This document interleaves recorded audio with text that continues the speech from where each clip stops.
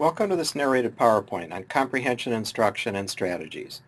I'm Jay Rasmussen, a professor of education and coordinator of faculty development at Bethel.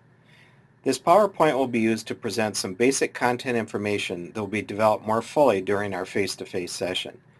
Throughout the presentation, I'll make reference to some documents that were provided earlier. You'll want to keep these handy.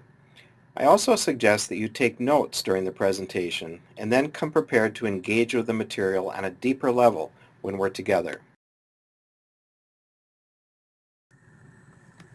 Even though we have a long history of research related to vocabulary development, dating back to 1890, most of what we know about reading comprehension dates back only to the 1970s. Dolores Durkin, whose work emerged in 1978 and 79, was one of the first to examine what teachers were doing to assist students with the comprehension process. After spending hundreds of hours in classrooms across the United States, Durkin found that teachers were spending less than 1% of their instructional reading time teaching strategies that actually assisted students with comprehension. How were the students spending their time? You guessed right if you said doing worksheets, workbook pages, round-robin reading, and answering questions after they read. During this PowerPoint, let's investigate 6 essential questions, 3 of which are shown on this slide. We'll also investigate these questions. What comprehension strategies should be taught and how should they be taught? How is reading comprehension best developed for students with learning disabilities? And what are the most efficient pre-reading, reading, and post-reading activities to support comprehension of nonfiction and fiction?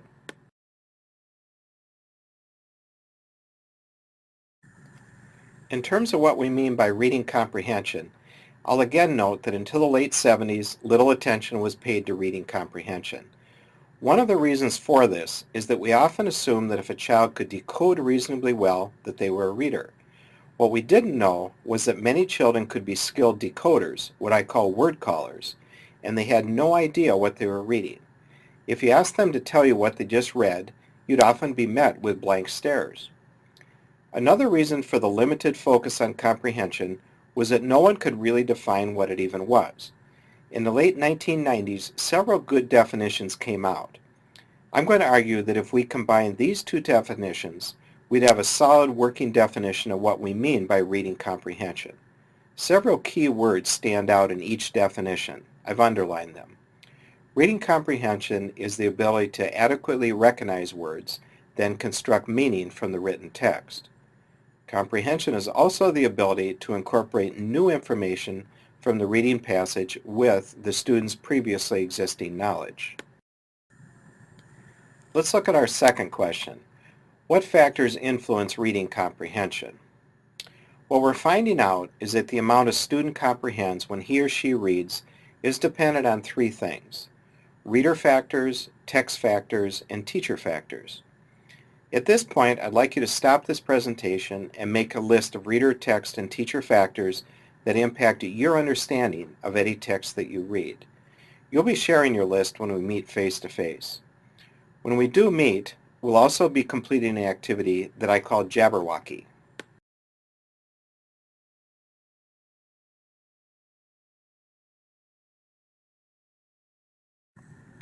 Students with learning disabilities face some additional struggles when it comes to comprehension. Not only do they have all the challenges you wrote down, they're likely to have 1 or more of the 5 challenges listed on this slide and the next one. Advance to the next slide when you're ready.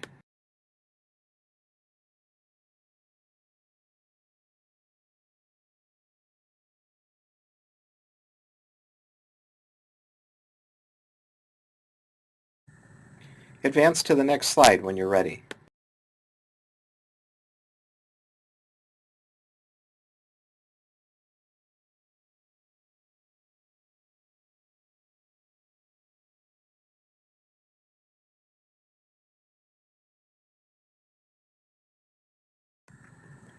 Let's consider our third question now.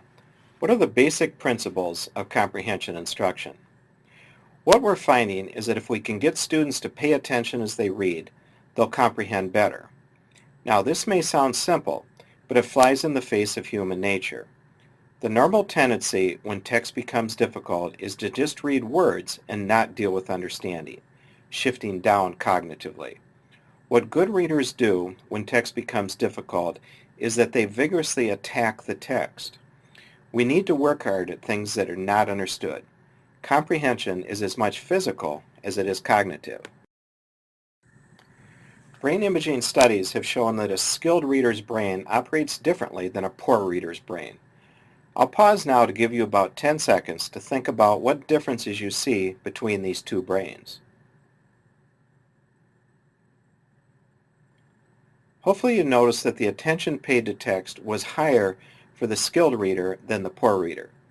Did you also notice that the skilled reader pays more attention to essential content words, dog, ran, across, and street, for example, than the poor reader did? Eye fixation studies have shown that poor readers tend to spend an almost equal amount of time on each word, even though these words aren't all equal in terms of importance in understanding the text.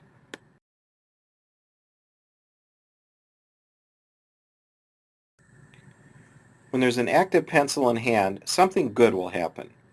In other words, we must teach students skills such as how to use a dictionary, choose keywords, determine paragraph headings, paraphrase, write margin notes, and construct summaries.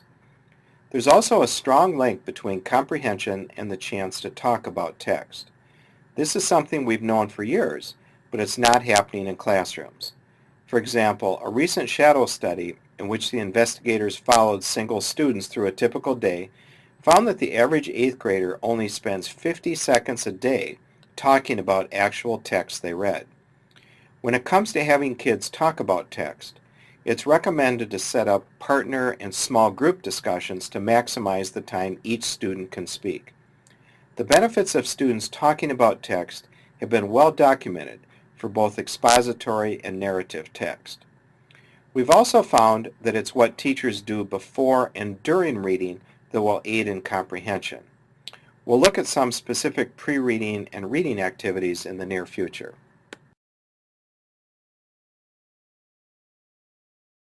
Finally, let's look at 3 simple but very important assessment principles. Assess students on both narrative and expository text. Assess comprehension at literal and inferential levels, and assess frequently and allow adequate time for this process.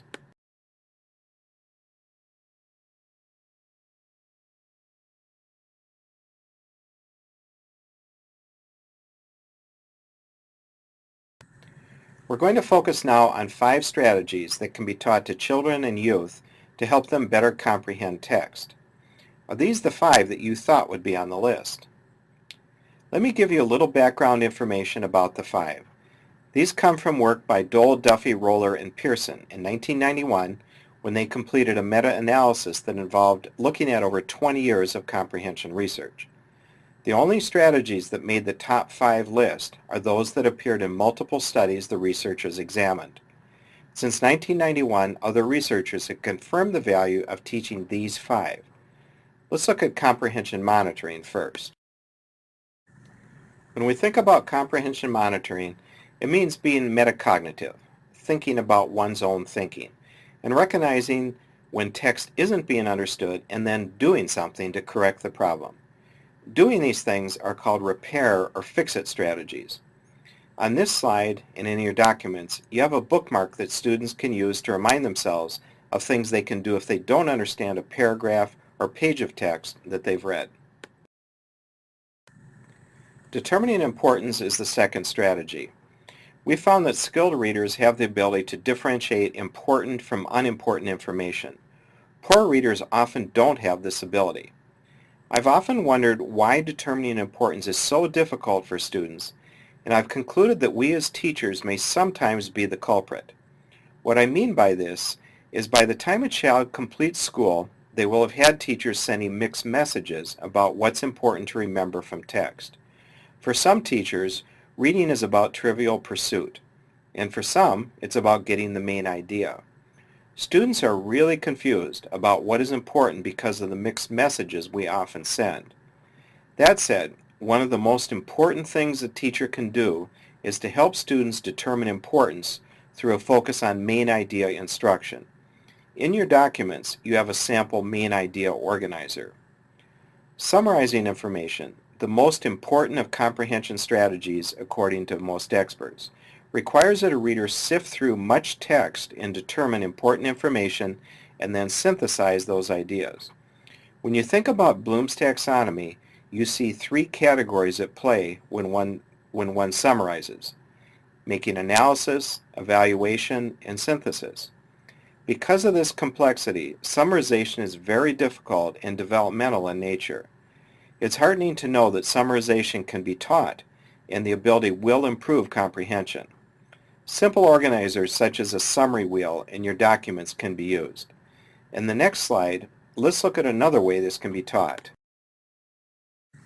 The approach you're seeing here can be used with narrative or expository text in almost any discipline.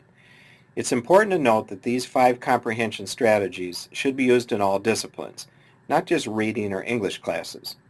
One of my favorite activities in social studies, for example, involves having students close their textbooks and then together we construct a summary of what was just read, but without looking at the book. Drawing inferences is at the heart of comprehension. Inferencing means that the reader is filling in details omitted by the text. For example, when reading something like Mary was playing a game, she was hit by a bat, we infer that Mary was playing baseball, even though it was never mentioned. Even the simplest of texts requires inferencing, and not all students do this automatically. Children as young as 2nd grade can be taught to inference. They can read a text and then be asked inferential questions that are pre-planned by the teacher. The inference organizer sheet in your documents, for example, can be used to help develop this ability. It's particularly helpful for students to think about and articulate how they arrived at their answer to inferencing questions. Was it based on prior knowledge, pictures, diagrams, graphs, charts, or information presented in the text? When we mention generating questions, we're referring to the student versus the teacher creating the questions. Teacher-generated questions are certainly time-honored and used extensively. Student-generated questions, however, are rarely used even though they've been shown to lead to greater comprehension. When having students generate questions, it's essential that they have specific instruction in how to create quality questions. Without such instruction, students tend to ask literal recall questions. In the next slide, you'll see a specific way of having students generate questions at a variety of levels. A researcher named Taffy Raphael developed a program to help students ask literal and inferential questions. The program is called QARs, Question-Answer Relationships, and it involves showing students how to build right there questions, the exact answers in the text, think and search questions, where one needs to read between the lines, and on my own questions, in which the answer is arrived at by using one's background knowledge. Instruction in writing all 3 types of questions is essential for students to be successful in generating their own questions. For any of the 5 strategies, it's important that students see each one modeled and be given repeated chances to use each. Research shows that students need 15 to 17 exposures to a given strategy before it becomes automatic. These 5 strategies become even more internalized when teachers at a variety of grade levels within a given school attend to them. Imagine the quality of readers a school can produce when each student is able to monitor their own comprehension, determine what is important in their reading, summarize what they've read, draw inferences, and generate their own questions while reading. When we meet face-to-face, you'll have an opportunity to participate in a carousel activity. During this experience, you'll work with others to brainstorm different activities that will reinforce each of the 5 strategies. In this slide and in your documents, you'll see a suggested sequence for introducing any of the 5 comprehension strategies at a variety of grade levels. You'll notice that the last part of the sequence involves having students practice the strategy independently. This should be done with whatever narrative or expository text you would normally have your students working with. The sequencing you just looked at is known as a gradual release model. I love this quote by a former graduate student slash teacher. Please take time to read it.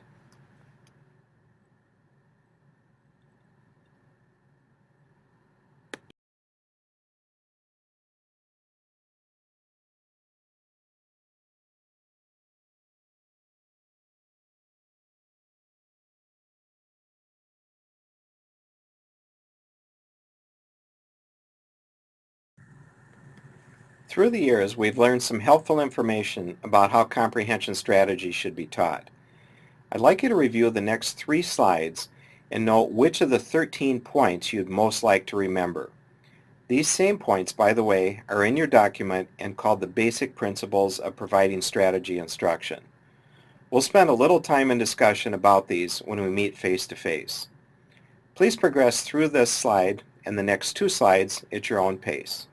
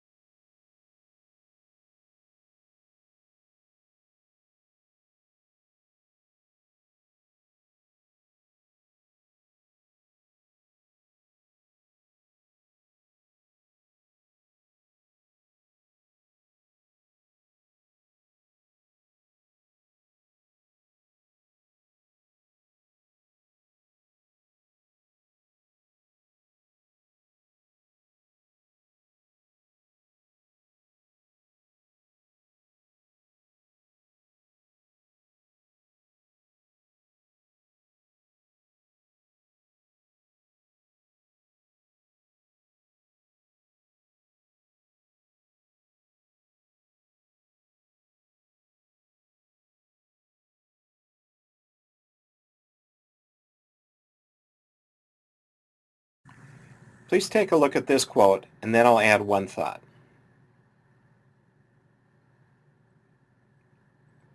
What we've discovered is that good readers will typically use 2 or 3 of the 5 strategies we've looked at. The catch is that we as teachers don't know ahead of time which of the 5 strategies that will be for each student. Different students in your class will typically gravitate toward different strategies. Please take a look at this quote and then advance to the next slide.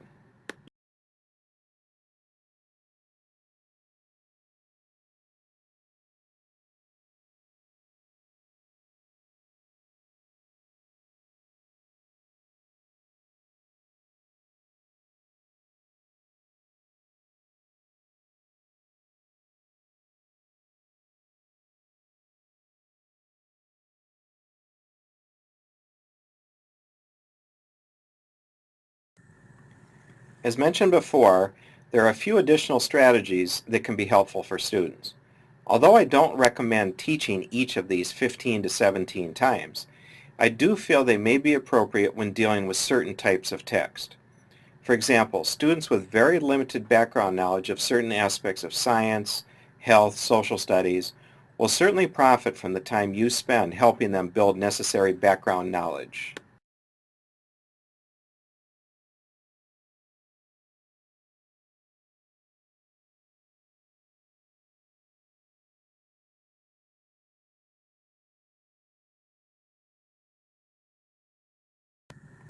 The National Reading Panel suggested these strategies.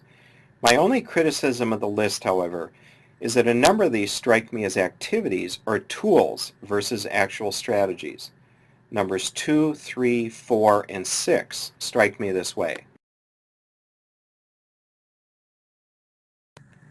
A fun activity at the first through third grade level involves buying work gloves at a local hardware store and then using Velcro to attach the labels you see on the slide above each of the fingers. An independent reading table can then be set up with 3 to 5 gloves that kids can wear while they're reading books and being reminded of the helpful reading tips. In order to answer one of the final questions in our investigation, I included a multi-page piece in your documents called Students with Learning Disabilities. This was written by a master's student of mine who experienced good success with this approach with her LD students. I should note that the approach works well with regular education students also. So, let's conclude with a final question found on your screen. In terms of activities for nonfiction text, please browse the piece entitled Strategies to Engage Students with Content Area Text, found in your documents. For each activity, I included which of the 5 comprehension strategies it's designed to reinforce. For fiction activities, please browse the piece entitled Pre-reading, Reading, and Post-reading Strategies for Literature, also in your documents. As you're looking at each of these documents, I'd like you to identify 3 to 5 strategies that can use for your grade level and discipline. When we meet face-to-face, I'll have you partner with one other person to describe why you selected the activities you did. What is it about your students' grade level, discipline, or teaching style that would lead you to believe that each activity would work in your classroom? At this point, I'd like you to take some time to reflect on what you've learned, and we'll process that new learning when we meet face-to-face. In order to do this, I'd like you to complete a Harvard thinking routine that's called Connect, Extend, and Challenge. I suggest that you write down your thoughts about each of the 3 questions so they can be shared when you meet with your colleagues. This brings us now to the conclusion of this presentation. Thanks for joining me.